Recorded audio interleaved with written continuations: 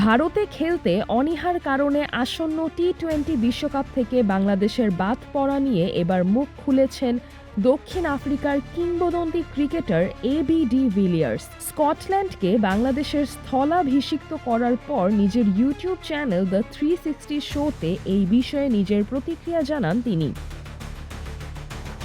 De Villiers বলেন, এই স্পর্শকাতর ইস্যুতে তিনি কোনো পক্ষ নিতে চান না, তবে পুরো পরিস্থিতি নিয়ে তিনি ব্যক্তিগতভাবে মর্মাহত। তার মতে, বড় কোনো আন্তর্জাতিক টুর্নামেন্ট থেকে একটি দলের এভাবে সরে দাঁড়ানো ক্রিকেটের জন্য কখনোই সুখকর নয়। বিষয়টির রাজনৈতিক ও প্রশাসনিক দিক নিয়ে পর্যাপ্ত তথ্য না থাকলেও তিনি মনে করেন খেলাধুলার মঞ্চে রাজনীতির প্রভাব শেষ পর্যন্ত ক্রিকেটকেই ক্ষতিগ্রস্ত করে।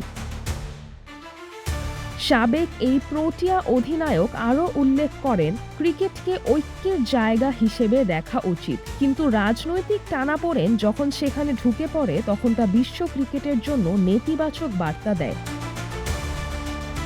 উল্লেখ্য, ভারতের ভেন্যুতে খেলতে আপত্তি জানিয়ে ম্যাচগুলো শ্রীলঙ্কায় আয়োজনের প্রস্তাব দিয়েছিল বিসিবি, তবে আইসিসি সূচি পরিবর্তনে রাজি না হওয়ায় শেষ পর্যন্ত বাংলাদেশকে বাদ দিয়ে স্কটল্যান্ডকে বিশ্বকাপে অন্তর্ভুক্ত করা হয়। এই সিদ্ধান্তের ফলে বিশ্ব ক্রিকেটে এখন আলোচনার ঝড় বইছে। সিজরাতুল আভা, দৈনিক আওয়ার বাংলাদেশ।